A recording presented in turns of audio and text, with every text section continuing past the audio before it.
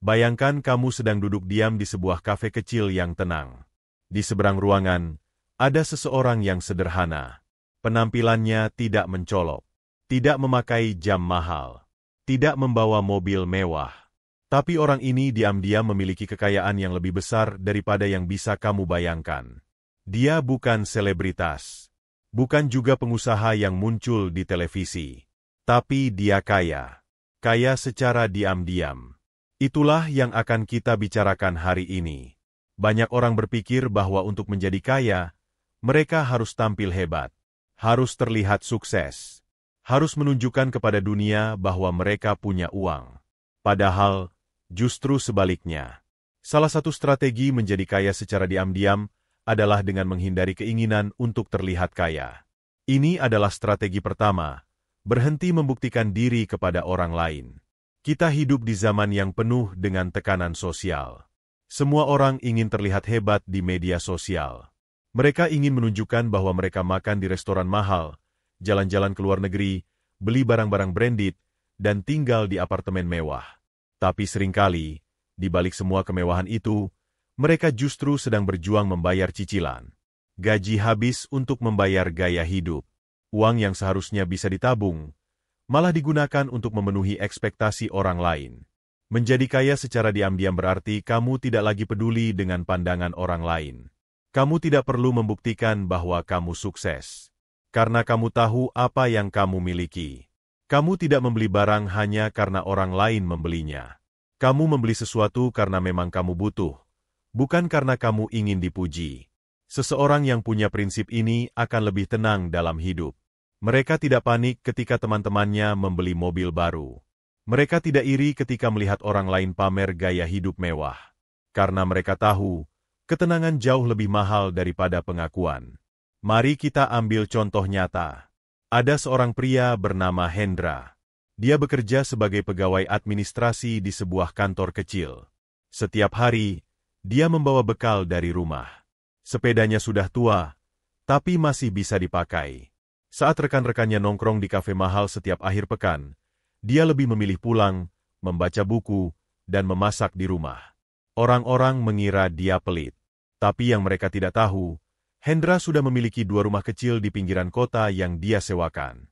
Tabungannya sudah cukup untuk hidup nyaman tanpa bekerja selama 5 tahun ke depan. Semua itu dia capai karena dia tidak pernah merasa perlu mengikuti gaya hidup orang lain. Strategi ini bukan hanya soal menahan diri dari membeli barang mahal, tapi juga soal mindset. Ketika kamu tidak lagi merasa harus bersaing dengan orang lain dalam hal penampilan, kamu akan punya kebebasan. Kamu bisa mengarahkan uangmu ke hal-hal yang benar-benar penting, investasi, tabungan, pengembangan diri. Orang yang terlihat biasa-biasa saja kadang justru punya simpanan luar biasa. Mereka tidak perlu membuktikan apa-apa. Mereka tahu bahwa kekayaan sejati bukan untuk dipamerkan. Kekayaan sejati memberi rasa aman, pilihan, dan kebebasan. Bukan pengakuan. Dan yang menarik, strategi ini bisa kamu mulai kapan saja. Kamu tidak perlu penghasilan besar untuk berhenti membuktikan diri. Kamu hanya perlu keberanian untuk berkata dalam hati, "Aku tidak butuh validasi orang lain." Saat kamu bisa mengatakan itu, kamu sudah mengambil langkah besar menuju kekayaan yang tenang dan mendalam. Tentu saja, tidak mudah, karena tekanan sosial itu nyata. Tapi jika kamu bisa bertahan, kamu akan melihat hasilnya. Kamu akan mulai memiliki sisa uang di akhir bulan. Kamu akan mulai menabung. Kamu akan merasa tenang karena tidak ada utang. Dan sedikit demi sedikit, kamu akan membangun kekayaanmu, diam-diam. Coba pikirkan orang-orang yang kamu kenal. Siapa di antara mereka yang hidupnya terlihat sederhana, tapi kamu tahu mereka tidak pernah kesulitan uang? Bisa jadi mereka menjalankan strategi ini.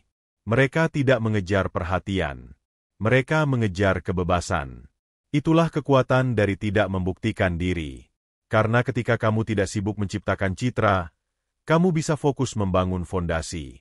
Dan fondasi itu, jika terus diperkuat, akan menjadi kekayaan yang tidak tergoyahkan. Dalam jangka panjang, orang yang tidak terlihat kaya hari ini bisa jauh lebih kaya daripada mereka yang tampak mencolok.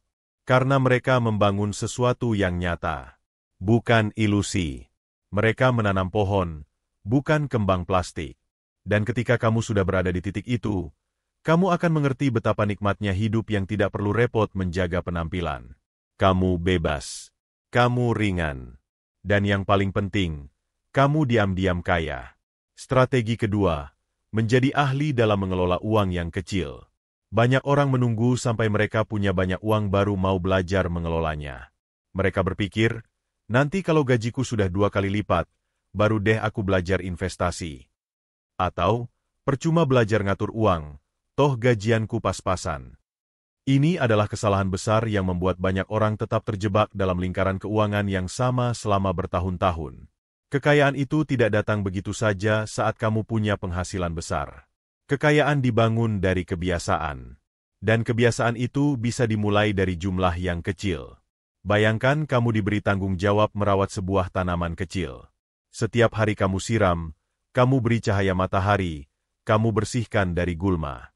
Tidak lama kemudian, tanaman itu tumbuh subur.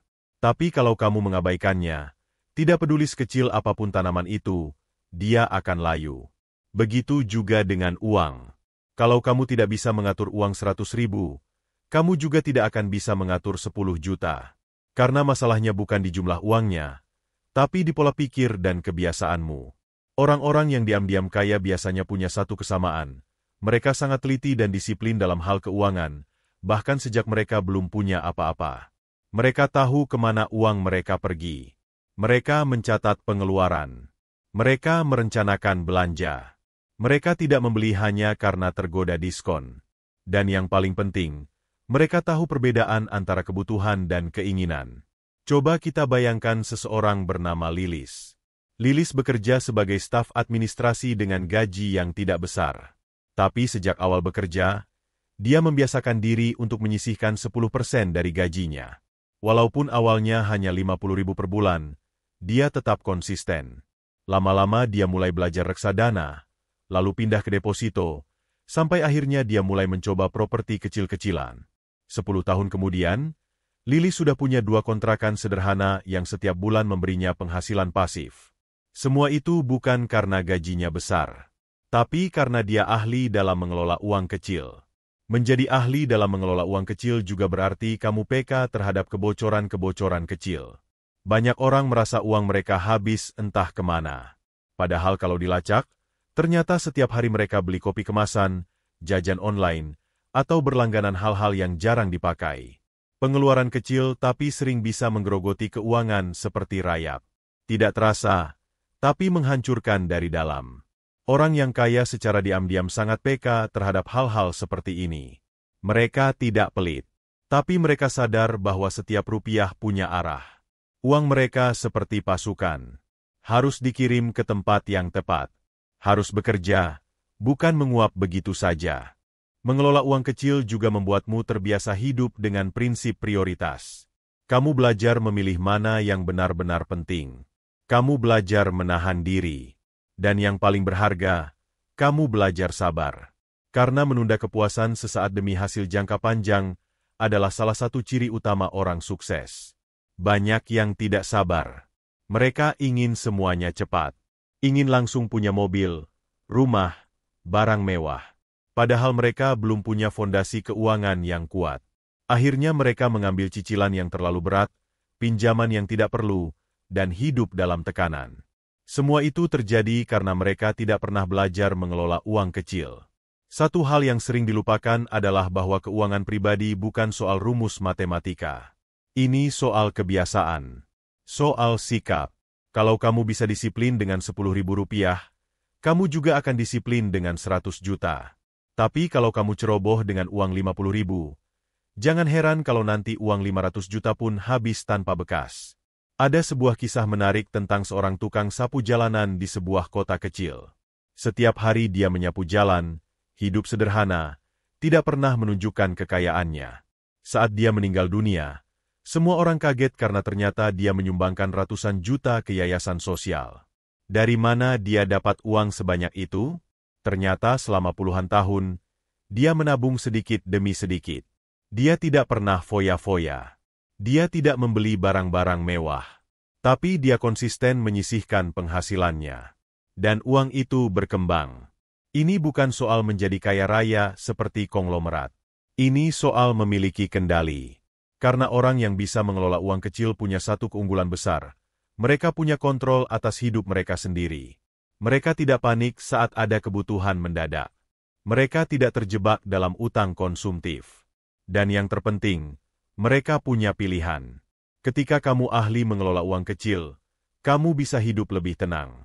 Kamu tidak harus ikut-ikutan tren. Kamu tidak harus bergantung pada pinjaman. Kamu bisa membangun masa depanmu sendiri. Pelan-pelan. Tapi pasti.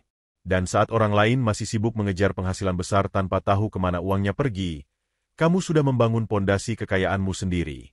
Diam-diam. Tapi kokoh. Strategi ketiga. Membangun banyak sumber penghasilan, tapi tetap diam. Kalau kamu perhatikan, orang-orang yang benar-benar mapan secara keuangan jarang sekali bergantung hanya pada satu sumber penghasilan. Mereka mungkin punya pekerjaan tetap, tapi di balik itu, mereka juga punya penghasilan dari tempat lain. Ada yang punya bisnis kecil, properti yang disewakan, saham yang menghasilkan dividen, atau bahkan usaha rumahan yang tidak pernah diumumkan ke siapa-siapa. Tapi yang membuat mereka unik adalah, mereka melakukannya dengan diam. Tidak banyak bicara, tidak banyak pamer, tapi uang tetap mengalir ke kantong mereka dari berbagai arah. Banyak orang masih berpikir bahwa satu-satunya cara mencari uang adalah dari pekerjaan tetap. Mereka menghabiskan waktu, tenaga, dan pikirannya hanya untuk satu aliran pendapatan. Dan ketika aliran itu tersendat, misalnya terkena PHK atau perusahaan merugi, hidup mereka langsung kacau. Karena mereka tidak punya cadangan, tidak punya sumber lain. Semua beban ditumpukan pada satu tiang. Sekarang bayangkan kalau kamu punya 4 tiang yang menopang atap rumahmu. Kalau satu tiang rapuh, rumah itu tidak langsung roboh. Karena masih ada 3 tiang lain yang menopang. Inilah gambaran dari orang yang membangun banyak sumber penghasilan. Tentu saja membangun penghasilan dari banyak arah tidak mudah. Tidak bisa langsung jadi dalam semalam. Tapi bukan berarti tidak bisa. Kuncinya adalah mulai dari yang kecil, dari hal yang kamu kuasai, dan tidak perlu diumumkan kemana-mana. Misalnya, kamu punya hobi merajut. Di luar pekerjaan utama, kamu bisa mulai menerima pesanan kecil-kecilan. Atau kamu suka menulis? Coba mulai menulis artikel berbayar, atau membuat blog yang bisa dimonetisasi. Atau kamu punya sedikit modal? Mungkin kamu bisa mencoba berjualan makanan ringan secara online. Jangan berpikir bahwa semua harus langsung besar. Karena orang yang diam-diam kaya tidak pernah mengejar sorotan. Mereka mengejar kestabilan. Kita ambil contoh seorang guru bernama Pak Wawan. Di sekolah, dia mengajar seperti biasa. Tidak pernah terlihat mewah. Tapi ternyata di rumah, dia juga menulis buku pelajaran yang dia jual secara daring. Dia juga punya beberapa ternak lele di pekarangan belakang rumahnya. Dan diam-diam, dia menyewakan satu kamar kosong untuk anak kos. Tidak banyak yang tahu. Tapi dari semua itu, penghasilannya bertambah tanpa membuat dia meninggalkan pekerjaan utamanya. Orang seperti Pak Wawan bukan hanya mencari uang. Dia membangun ketahanan. Dia menyiapkan diri untuk masa depan. Karena dia tahu, satu penghasilan saja tidak cukup untuk masa hidup yang tidak pasti. Yang menarik, orang-orang seperti ini jarang bicara soal uang mereka. Mereka tidak pamer. Mereka tidak suka membahas penghasilan tambahan mereka di depan umum. Karena bagi mereka, kekayaan bukan untuk diumumkan. Kekayaan itu seperti akar pohon. Tidak terlihat di permukaan, tapi menopang semuanya.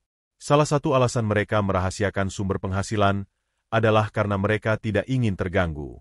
Kadang, ketika orang lain tahu kamu punya usaha atau sumber uang lain, akan muncul komentar, permintaan, bahkan kecemburuan.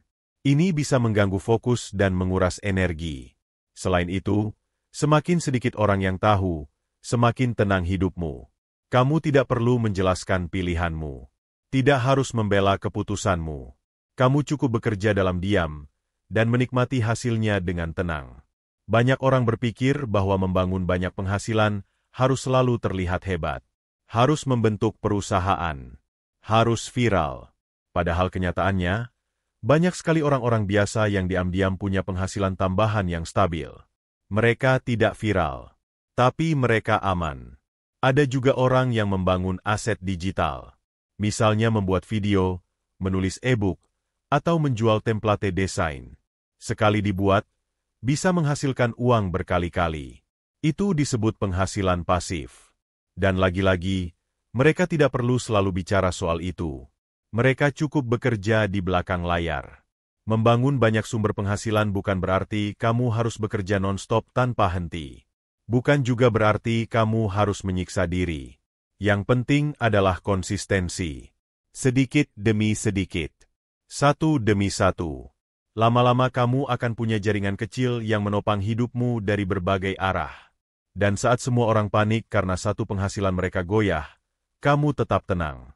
Karena kamu sudah punya cadangan. Kamu tidak khawatir kalau pekerjaan utama terganggu. Karena kamu tahu ada penghasilan lain yang bisa kamu andalkan. Kamu tidak perlu menjelaskan ke siapa-siapa. Tidak perlu memamerkan bukti transfer atau pendapatan per bulan. Cukup kamu sendiri yang tahu. Dan dari situ, kamu akan merasa jauh lebih kuat. Karena kekuatan sejati datang dari ketenangan. Dan ketenangan itu datang dari kesiapan. Orang yang membangun penghasilan dari banyak arah secara diam-diam, sedang mempersiapkan dirinya untuk segala kemungkinan. Mereka tidak bergantung pada satu pintu. Mereka membuka banyak jendela. Dan ketika suatu hari badai datang, mereka tetap berdiri kokoh. Karena mereka sudah membangun rumah mereka dengan pondasi yang tersembunyi, tapi kuat. Strategi keempat, menghindari utang konsumtif, sekecil apapun itu. Di dunia ini, ada dua jenis utang. Yang pertama adalah utang yang menghasilkan. Dan yang kedua adalah utang yang menggerogoti. Orang-orang yang diam-diam membangun kekayaan mereka hampir selalu punya satu prinsip hidup yang sama. Mereka sangat hati-hati, bahkan bisa dibilang sangat ketat, terhadap utang yang sifatnya konsumtif. Utang konsumtif adalah utang yang digunakan untuk membeli sesuatu yang nilainya akan turun atau habis setelah digunakan. Misalnya, utang untuk beli baju bermerek, gawai terbaru, jalan-jalan keluar kota, atau bahkan cicilan motor mewah hanya demi gaya. Semua itu memberikan kepuasan sesaat, tapi meninggalkan beban jangka panjang. Banyak orang terjebak dalam jebakan ini. Mereka ingin terlihat sukses sekarang, tanpa menyadari bahwa mereka sedang mengorbankan masa depan mereka.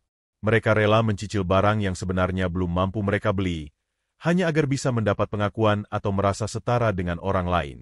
Sekarang bayangkan ini, ada seseorang bernama Rudy. Ia bekerja keras setiap hari, gajinya cukup lumayan.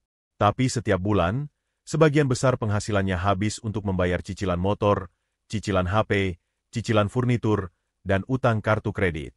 Padahal, semua barang itu sudah ia pakai. Sudah tidak lagi baru. Tapi cicilannya masih berjalan. Dan kadang, masih tersisa 2 atau 3 tahun lagi. Rudy hidup dengan tekanan. Dia tidak punya ruang untuk menabung. Tidak punya dana darurat. Dan jika suatu saat dia sakit atau kehilangan pekerjaan, keuangannya akan runtuh seketika. Semua itu karena dia mengira bahwa memiliki barang adalah simbol kesuksesan.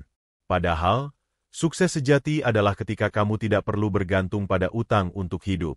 Orang-orang yang diam-diam kaya memilih jalan berbeda. Mereka tidak takut terlihat biasa. Mereka tidak buru-buru membeli sesuatu hanya karena orang lain sudah punya. Mereka sabar. Mereka menabung dulu, baru beli. Mereka lebih memilih barang sederhana yang bisa dibeli tunai daripada barang mewah yang harus dicicil bertahun-tahun. Mereka tahu bahwa utang konsumtif adalah seperti lubang kecil di dasar perahu. Mungkin tidak terlihat pada awalnya. Tapi jika terus dibiarkan, perlahan tapi pasti, kapal itu akan tenggelam. Dan saat sudah tenggelam, jauh lebih sulit untuk memperbaikinya. Kebiasaan menghindari utang konsumtif membuat mereka bisa menyisihkan lebih banyak uang. Dan uang itu kemudian bisa digunakan untuk hal-hal produktif. Mereka bisa berinvestasi, menambah penghasilan, atau sekadar punya tabungan yang membuat mereka merasa aman. Ini bukan berarti mereka anti utang sama sekali. Tapi mereka sangat selektif.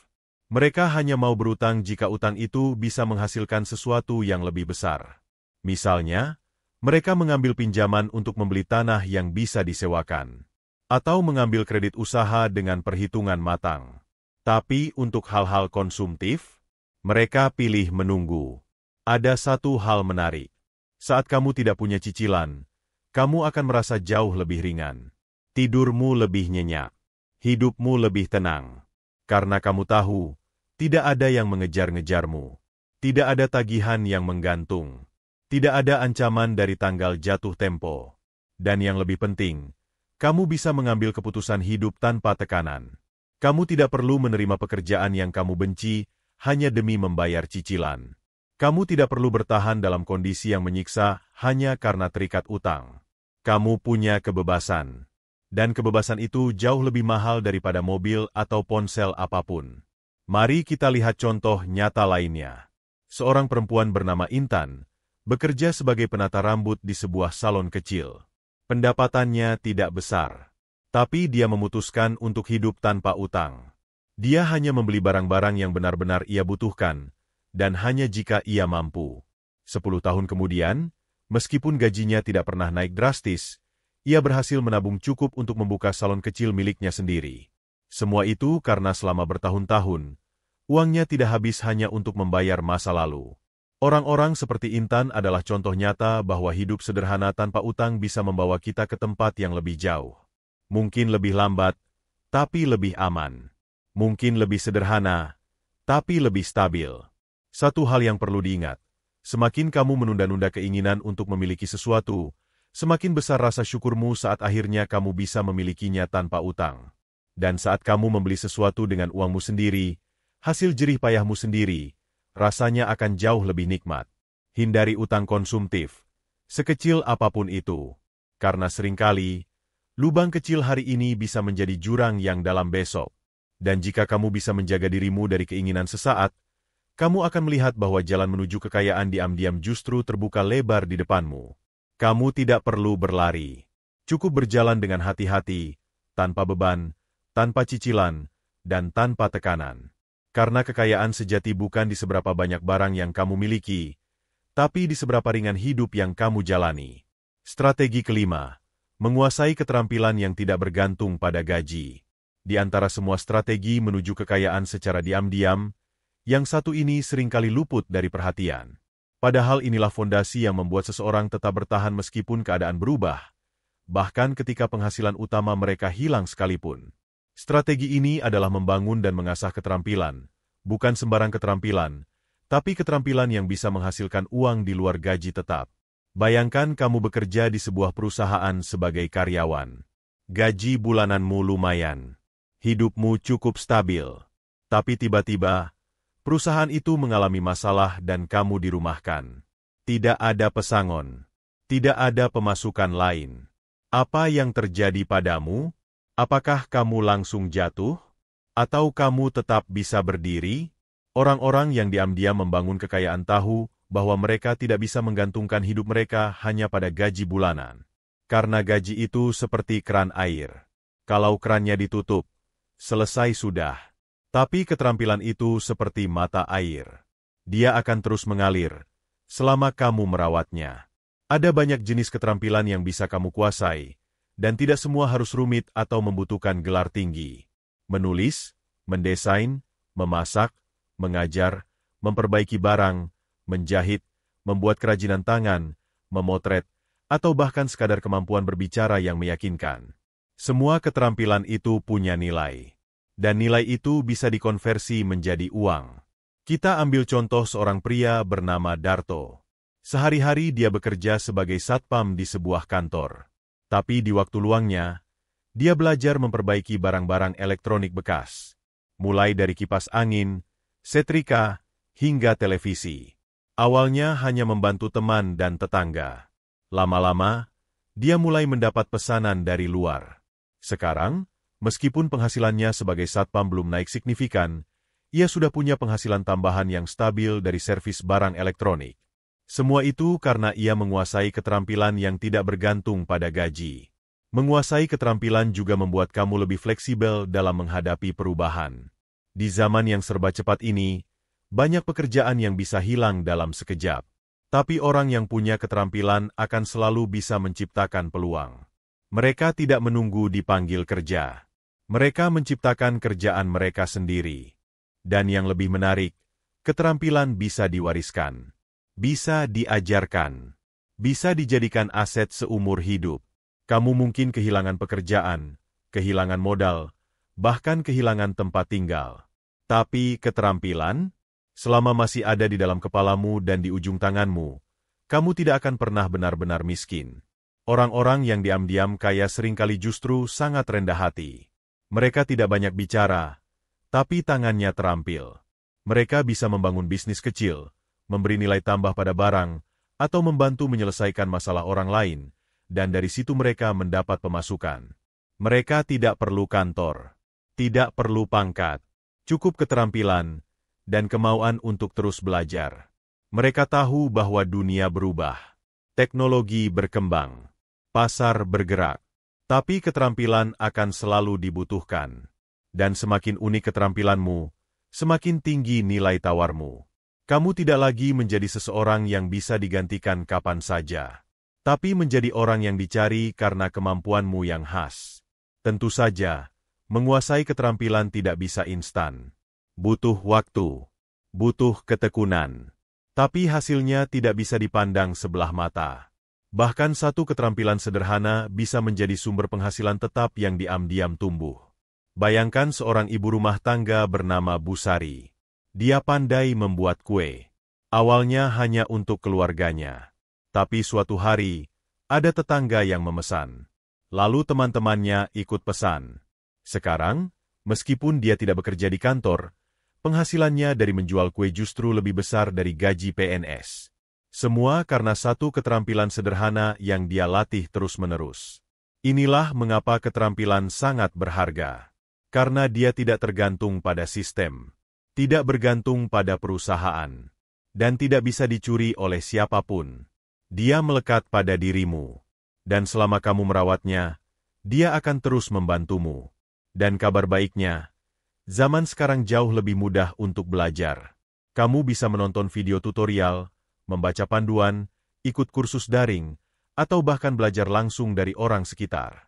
Tidak ada alasan untuk tidak mulai. Tidak harus sempurna. Tidak harus langsung ahli. Yang penting kamu mulai. Karena saat kamu sudah punya keterampilan, kamu tidak lagi takut kehilangan pekerjaan. Kamu tidak lagi khawatir kalau keran penghasilan utama tiba-tiba macet. Karena kamu tahu, kamu masih punya sumur lain. Kamu masih bisa bertahan. Kamu masih bisa bangkit. Dan dari situlah kekayaan diam-diam mulai tumbuh. Bukan dari pencitraan. Bukan dari gaji besar. Tapi dari kemampuan yang nyata. Kemampuan yang bisa kamu andalkan kapan saja. Orang lain mungkin tidak tahu seberapa besar nilaimu. Tapi kamu tahu. Dan itulah yang membuatmu kuat. Kamu tidak mencari pengakuan. Kamu mencari ketahanan. Dan keterampilan adalah salah satu bentuk ketahanan terbaik dalam hidup. Strategi keenam, mengalihkan fokus dari gaya hidup ke nilai hidup. Ada sebuah jebakan yang sangat halus, tapi kuat. Banyak orang tidak menyadari mereka masuk ke dalamnya. Jebakan itu adalah keinginan untuk terus meningkatkan gaya hidup seiring dengan naiknya penghasilan. Ini sering disebut sebagai jebakan gaya hidup. Contohnya begini, saat seseorang mulai naik gaji, hal pertama yang dia lakukan bukan menambah tabungan, tapi mengganti ponsel ke versi terbaru. Ketika dapat bonus, dia langsung pesan tiket liburan ke luar kota. Ketika dapat promosi, dia ambil cicilan mobil yang lebih mahal. Semua terlihat wajar. Tapi di balik itu, dia tidak benar-benar makin kaya. Dia hanya makin banyak menghabiskan uangnya. Ini seperti orang yang sedang naik tangga. Tapi setiap naik satu anak tangga, dia menaruh beban tambahan di pundaknya. Akhirnya, dia tetap kelelahan, tetap ngos-ngosan. Padahal seharusnya, naik tangga itu membuat langkah jadi lebih ringan, bukan lebih berat. Orang-orang yang diam-diam kaya melihat hidup dari sudut pandang yang berbeda. Bagi mereka, naiknya penghasilan bukan alasan untuk hidup lebih mewah, tapi kesempatan untuk hidup lebih bebas.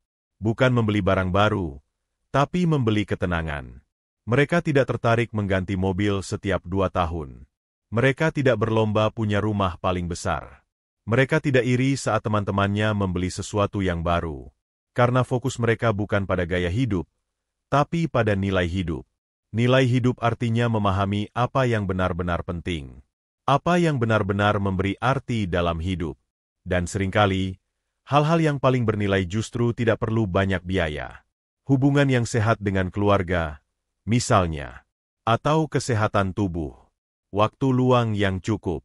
Ketika seseorang menaruh perhatian pada nilai hidup, dia tidak gampang tergoda oleh tekanan sosial. Dia tidak tergesa-gesa mengikuti tren. Dia tahu bahwa memakai baju biasa pun bisa merasa bahagia. Makan di rumah juga bisa terasa nikmat. Dan liburan di taman kota bisa memberi ketenangan yang sama, bahkan lebih, daripada pergi ke tempat mahal. Orang-orang seperti ini punya prinsip. Jika barang itu tidak menambah nilai dalam hidupku, aku tidak perlu memilikinya. Ini bukan tentang hidup hemat yang menyiksa, tapi tentang hidup sadar. Hidup dengan tujuan. Mereka tidak membeli untuk terlihat hebat. Mereka membeli karena memang butuh, atau karena itu membawa kebahagiaan yang sederhana tapi tulus.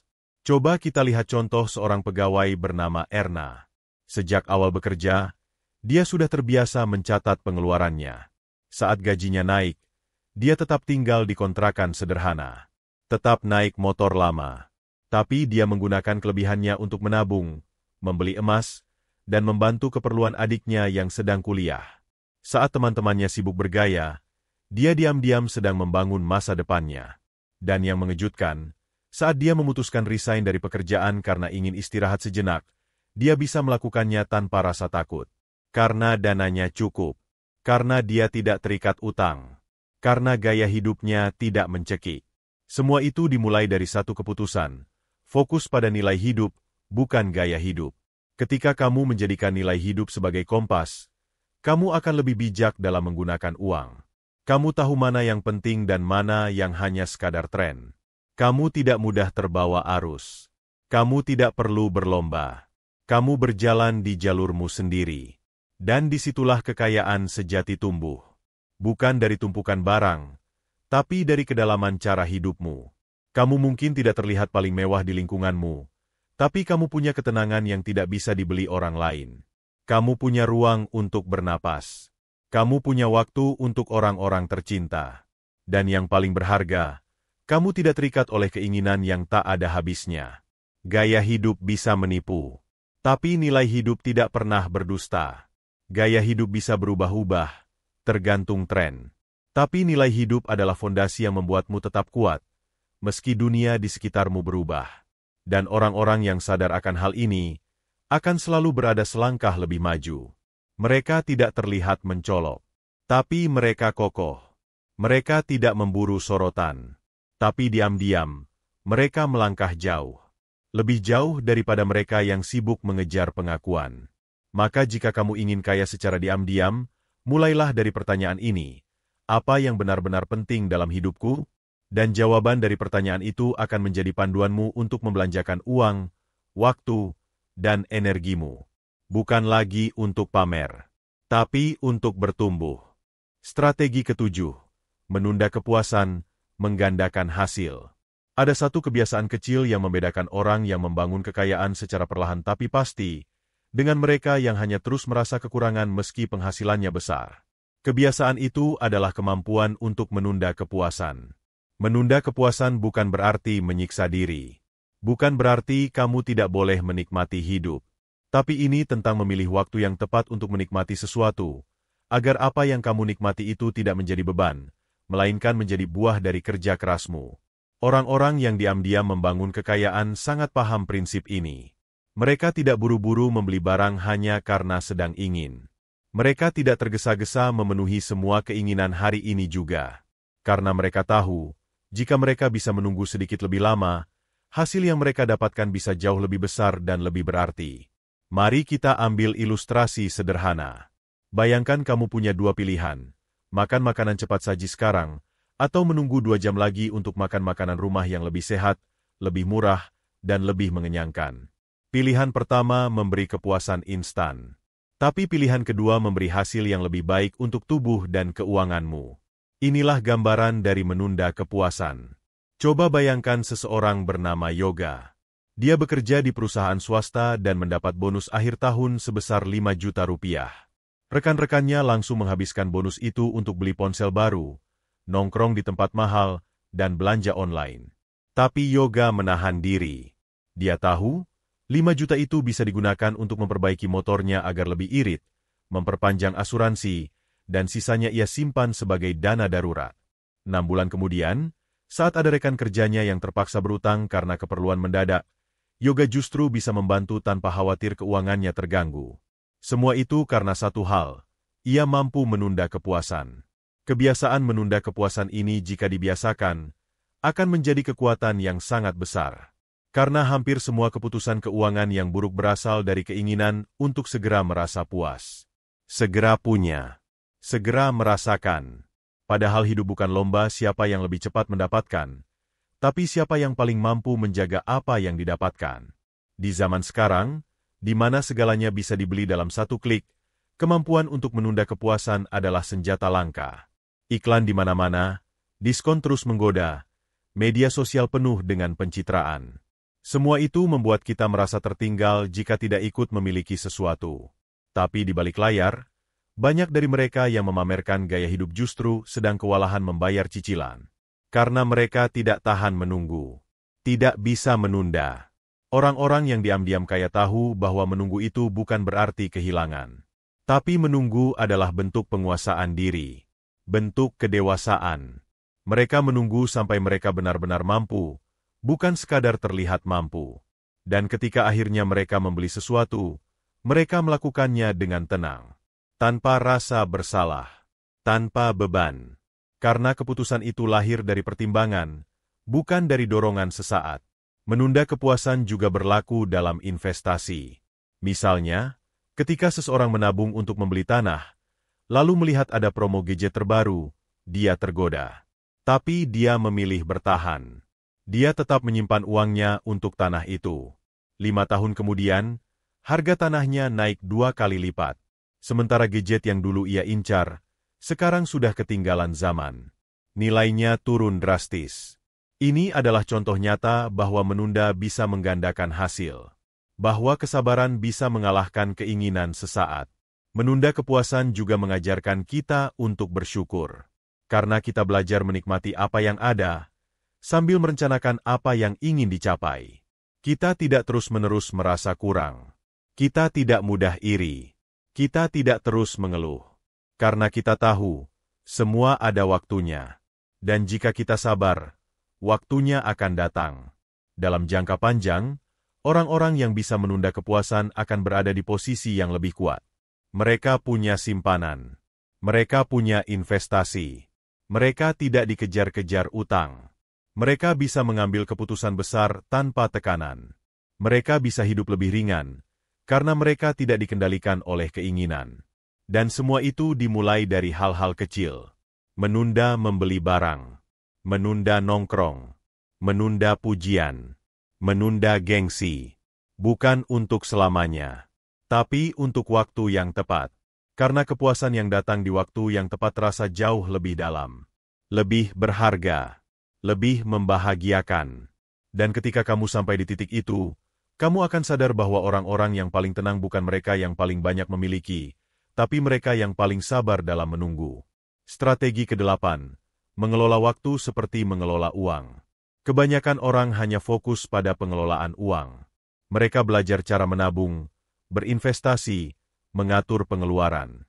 Tapi ada satu sumber daya yang jauh lebih berharga dari uang, dan tidak bisa diganti, waktu. Orang-orang yang membangun kekayaan secara diam-diam punya satu kebiasaan penting yang tidak selalu terlihat. Mereka sangat menghargai waktu. Mereka tahu bahwa waktu adalah aset yang paling mahal. Dan setiap menit yang terbuang sia-sia adalah kerugian yang tidak akan pernah bisa dikembalikan. Coba kita renungkan sejenak. Uang bisa dicari kembali. Barang bisa dibeli ulang. Tapi waktu yang sudah lewat tidak akan pernah kembali. Sekali kamu membuangnya, hilang selamanya. Orang-orang yang diam-diam kaya sangat paham prinsip ini. Mereka mungkin tidak terlalu terlihat sibuk, tapi waktu mereka selalu terpakai untuk sesuatu yang punya nilai. Bukan hanya sibuk, tapi produktif. Bukan hanya ramai aktivitas, tapi penuh arah. Mengelola waktu seperti mengelola uang berarti kamu belajar berkata, tidak, pada hal-hal yang tidak penting. Kamu tidak lagi merasa harus menyenangkan semua orang. Kamu tidak lagi ikut kegiatan yang hanya menguras tenaga dan pikiran tanpa hasil. Kamu mulai memilih, memilah, menentukan prioritas. Karena ketika kamu mengelola waktu dengan baik, hidupmu menjadi lebih tertata. Kamu punya ruang untuk belajar, ruang untuk istirahat, ruang untuk merencanakan masa depan. Dan dari sanalah muncul kekuatan. Mari kita bayangkan seorang pria bernama Hendra. Dia bekerja sebagai pengemudi ojek daring. Dalam sehari, dia punya waktu yang cukup fleksibel. Tapi alih-alih menggunakan waktu kosongnya untuk nongkrong atau tidur di pos ronda, Hendra membawa buku kecil. Di setiap waktu istirahat, dia membaca, mempelajari bisnis, belajar tentang cara mengatur keuangan. Setelah 6 bulan, dia mulai membuka warung kopi kecil bersama istrinya. Sekarang, ojek hanyalah salah satu penghasilannya. Semua itu karena dia menggunakan waktu dengan bijak. Bandingkan dengan orang lain yang punya waktu lebih banyak, tapi habis begitu saja untuk menonton, bermain, atau bergosip. Setahun berlalu, tidak ada yang berubah. Hidupnya tetap di situ-situ saja, karena dia tidak sadar bahwa waktu adalah ladang. Kalau tidak ditanami dengan hal-hal bermanfaat, ia akan dipenuhi rumput liar. Orang-orang yang membangun kekayaan diam-diam juga tahu bahwa waktu bisa digunakan untuk membangun relasi. Mereka tidak membuang waktu hanya untuk obrolan kosong, tapi mencari koneksi yang sehat dan bermakna. Mereka mendekati orang yang bisa memberi inspirasi, bukan hanya hiburan.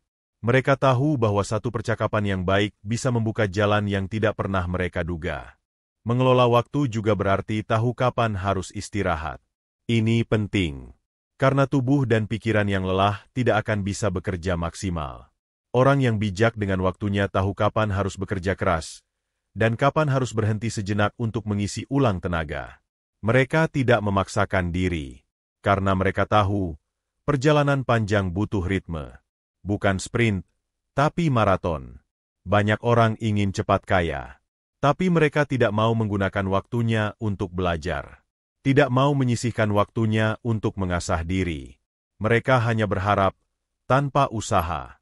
Hanya bermimpi, tanpa tindakan. Akhirnya, tahun demi tahun berlalu tanpa ada hasil nyata. Sedangkan orang-orang yang diam-diam melangkah, memanfaatkan setiap jamnya dengan bijak. Sedikit demi sedikit. Satu langkah setiap hari. Tapi arah mereka jelas. Dan ketika dilihat 5 tahun kemudian, mereka sudah jauh lebih maju. Bukan karena keajaiban, tapi karena waktu mereka digunakan dengan sadar. Waktu adalah modal. Dan jika kamu bisa mengelolanya seperti kamu mengelola uang, kamu tidak hanya akan menjadi lebih kaya secara materi, tapi juga lebih damai secara batin. Kamu tidak akan merasa dikejar-kejar. Tidak akan merasa kekurangan. Karena setiap harimu terisi dengan hal-hal yang berarti. Dan yang menarik, saat kamu pandai menggunakan waktu, kamu akan punya ruang untuk menikmati hidup. Bukan hidup yang penuh tekanan, tapi hidup yang punya keseimbangan. Ada waktu untuk keluarga. Ada waktu untuk diri sendiri. Ada waktu untuk berkembang. Itulah mengapa orang-orang yang kelihatannya biasa-biasa saja, tapi ternyata punya kehidupan yang mapan, hampir selalu memiliki manajemen waktu yang rapi. Mereka tidak membuang waktu untuk bersaing dengan orang lain. Mereka sibuk bersaing dengan diri mereka sendiri, untuk menjadi versi yang lebih baik, sedikit demi sedikit, setiap harinya. Karena pada akhirnya, waktu bukan hanya tentang detik dan menit, tapi tentang bagaimana kita mengisi hidup ini dengan hal yang bermakna. Dan siapapun yang bisa menggunakan waktunya dengan bijak, sesungguhnya sedang menanam benih kekayaan sejati. Diam-diam, tapi pasti. Strategi ke-9, menjaga jarak dari keramaian, mendekat pada fokus. Di zaman yang penuh distraksi seperti sekarang, salah satu seni tertinggi dalam hidup adalah kemampuan untuk menjaga fokus. Bukan fokus karena terpaksa, tapi fokus yang datang dari kesadaran bahwa tidak semua hal perlu diikuti, tidak semua keramaian perlu direspons, dan tidak semua percakapan harus diikuti sampai tuntas. Orang-orang yang diam-diam membangun kekayaan biasanya bukan orang yang paling banyak bicara. Mereka bukan yang paling aktif di media sosial, bukan yang paling sering tampil di acara kumpul-kumpul, dan bukan pula yang paling rajin menunjukkan diri. Tapi mereka justru punya satu kekuatan yang sering luput dari perhatian. Mereka tahu kapan harus menjauh. Mereka tahu kapan harus diam. Mereka memilih ruang sunyi untuk berpikir, untuk bekerja, untuk menyusun hidup mereka perlahan tapi pasti. Keramaian itu melelahkan. Bukan hanya karena suara, tapi karena tuntutan. Di tengah keramaian, kita merasa harus terlihat menarik. Harus punya pencapaian. Harus punya cerita hebat. Padahal tidak semua hal perlu dibagikan. Tidak semua keberhasilan perlu diumumkan.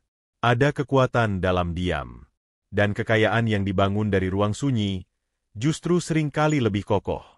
Mari kita ambil contoh sederhana. Bayangkan ada dua orang. Yang pertama, setiap hari aktif di banyak grup, selalu update status, rajin komentar di sana-sini. Yang kedua, lebih pendiam, jarang terlihat, tapi saat dia muncul, selalu membawa hasil. 5 tahun kemudian, orang yang kedua justru memiliki usaha sendiri, portofolio investasi yang stabil, dan rumah kecil yang sudah lunas cicilannya. Sementara yang pertama, meskipun terlihat ramai dan sibuk, masih berada di tempat yang sama. Mengapa ini terjadi? Karena fokus adalah kekuatan.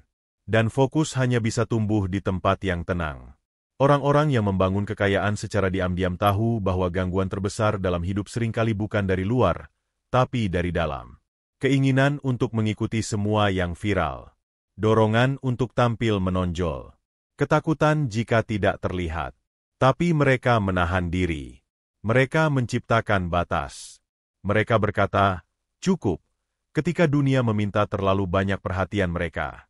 Mereka menyadari bahwa hidup bukan tentang menjadi yang paling ramai, tapi tentang menjadi yang paling sadar. Menjaga jarak dari keramaian bukan berarti menjadi antisosial. Bukan berarti mengisolasi diri. Tapi ini tentang memilah mana keramaian yang memberi energi, dan mana yang justru menyerapnya habis-habisan. Ini tentang memilih lingkungan yang menenangkan, bukan yang membuat kita merasa tidak cukup. Di ruang sunyi itulah ide-ide besar muncul. Di dalam ketenangan itulah langkah-langkah penting diambil. Bukan di tengah teriakan, bukan di tengah hiruk-pikuk, tapi dalam diam yang dalam kesadaran yang penuh. Orang-orang yang diam-diam kaya seringkali sangat biasa. Penampilannya sederhana, cara bicaranya tenang, tapi pikirannya dalam. Keputusannya jelas, dan langkah-langkahnya konsisten. Karena mereka tidak membiarkan kebisingan dunia mengacaukan arah hidup mereka. Mereka tahu kapan harus berkata, tidak, pada ajakan yang tidak perlu. Mereka tidak takut ketinggalan tren. Karena mereka sedang membangun sesuatu yang lebih penting dari itu semua. Kestabilan, ketahanan, dan ketenangan. Mereka lebih memilih 1 jam bekerja dalam diam, daripada 10 jam sibuk dalam keramaian tanpa arah. Mereka lebih memilih 1 percakapan bermakna, daripada 100 komentar di unggahan yang tidak memberi nilai.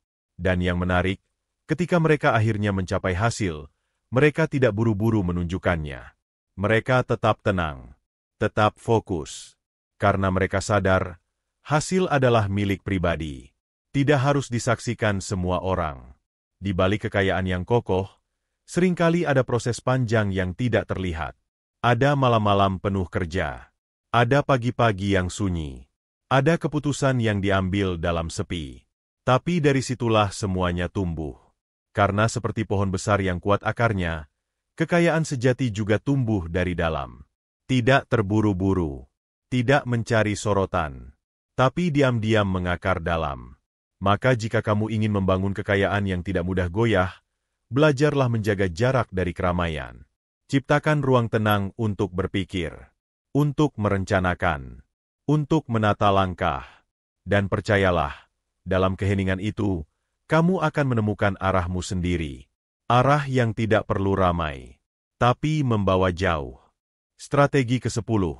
Menyimpan lebih banyak daripada yang terlihat. Dalam hidup ini, ada satu prinsip yang sangat kuat, tapi jarang diajarkan secara langsung. Jangan biarkan pengeluaranmu melebihi pendapatanmu. Kedengarannya sederhana, tapi praktiknya tidak semudah itu. Apalagi di zaman ketika gaya hidup sangat mudah menguras kantong, tanpa kita sadari. Orang-orang yang membangun kekayaan secara diam-diam hampir selalu punya satu kebiasaan yang konsisten. Mereka menyimpan lebih banyak daripada yang mereka pamerkan.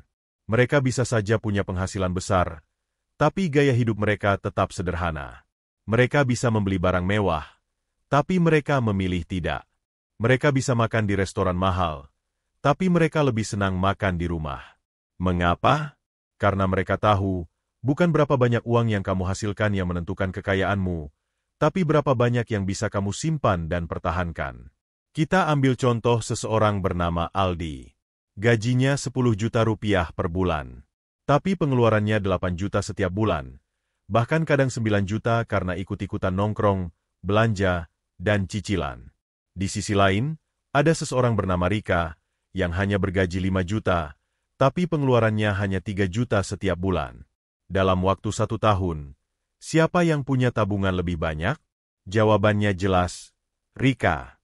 Orang-orang seperti Rika ini diam-diam menumpuk kekuatan. Mereka bukan orang yang pertama kali membeli iPhone terbaru. Bukan orang yang setiap minggu check-in di tempat viral. Tapi mereka tahu cara menjaga uang mereka tetap bertahan. Dan lebih dari itu, mereka tahu bagaimana membuat uang itu tumbuh. Kebiasaan menyimpan bukan hanya soal disiplin, tapi juga soal cara berpikir. Mereka melihat uang bukan sebagai sesuatu yang harus segera dihabiskan, tapi sebagai alat untuk menciptakan ketenangan. Menyimpan uang adalah memberi dirimu ruang untuk bernapas, memberi cadangan untuk masa depan, memberi kekuatan untuk mengambil keputusan tanpa rasa takut. Kita hidup di zaman yang mendorong kita untuk terus membeli. Setiap hari, ada iklan. Ada promosi, ada diskon, ada godaan dari media sosial yang membuat kita merasa ketinggalan kalau tidak ikut beli. Tapi orang-orang yang diam-diam kaya menolak permainan ini. Mereka membuat aturan sendiri. Mereka memilih menyimpan ketika orang lain belanja. Memilih menunda ketika orang lain tergesa-gesa. Dan dari situlah kekayaan mereka bertumbuh. Mereka paham bahwa menyimpan tidak harus dalam jumlah besar. Bahkan 100.000 yang disimpan secara konsisten bisa menjadi awal dari sesuatu yang besar. Karena kekuatan sejati bukan di jumlah, tapi di kebiasaan. Dan kebiasaan itu dibentuk oleh niat yang kuat dan disiplin yang terus dilatih. Banyak orang berpikir, nanti kalau gaji saya naik, saya pasti mulai menabung. Tapi kenyataannya, saat gaji naik, keinginannya juga ikut naik. Tanpa disadari, semua habis begitu saja, karena mereka belum membiasakan diri menyimpan saat uang masih sedikit. Padahal justru disitulah mental kekayaan dibentuk. Menyimpan lebih banyak daripada yang terlihat juga berarti tidak perlu membuktikan apapun ke siapapun. Kamu tidak perlu membeli barang mahal hanya agar dianggap sukses. Kamu tidak perlu menunjukkan isi rekeningmu agar dipuji. Kamu cukup tahu sendiri bahwa kamu aman. Kamu punya cadangan. Dan itu sudah lebih dari cukup. Banyak orang sukses diam-diam membeli tanah, menyimpan emas, mengoleksi buku, menyusun investasi. Semua dilakukan dalam senyap. Tidak diumumkan, tidak dipamerkan. Tapi mereka tidur nyenyak setiap malam karena tahu, apapun yang terjadi, mereka siap. Dan ketika krisis datang, mereka tidak panik. Ketika orang lain bingung cari pinjaman, mereka membuka tabungan. Ketika orang lain sibuk cari pinjaman darurat, mereka sudah menyiapkan dana cadangan sejak lama. Semuanya dimulai dari satu prinsip, simpan lebih banyak daripada yang kamu keluarkan. Dalam dunia yang penuh dengan pamer kekayaan, hidup sederhana menjadi sebuah kekuatan. Menyimpan uang adalah bentuk pemberontakan terhadap gaya hidup konsumtif. Ini adalah keputusan sadar untuk hidup dengan tenang, bukan dengan tekanan. Untuk hidup dalam kendali, bukan dalam utang. Dan satu hal yang harus diingat, orang yang bisa hidup di bawah kemampuannya akan selalu punya kelebihan. Bukan hanya uang, tapi juga kekuatan batin. Karena dia tidak mudah terguncang. Dia tidak mudah terpaksa. Dia punya ruang untuk berpikir, memilih, dan bertumbuh. Inilah strategi terakhir dari 10 strategi kaya secara diam-diam. Bukan yang paling mencolok, tapi justru yang paling menentukan. Karena apa gunanya menghasilkan banyak jika semua habis? Apa gunanya penghasilan tinggi jika tidak ada yang bertahan?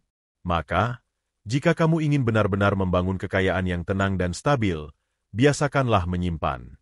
Sedikit tidak apa-apa. Yang penting rutin. Yang penting konsisten. Dan yang paling penting, tidak untuk dibanggakan, tapi untuk diam-diam membuat hidupmu lebih kuat.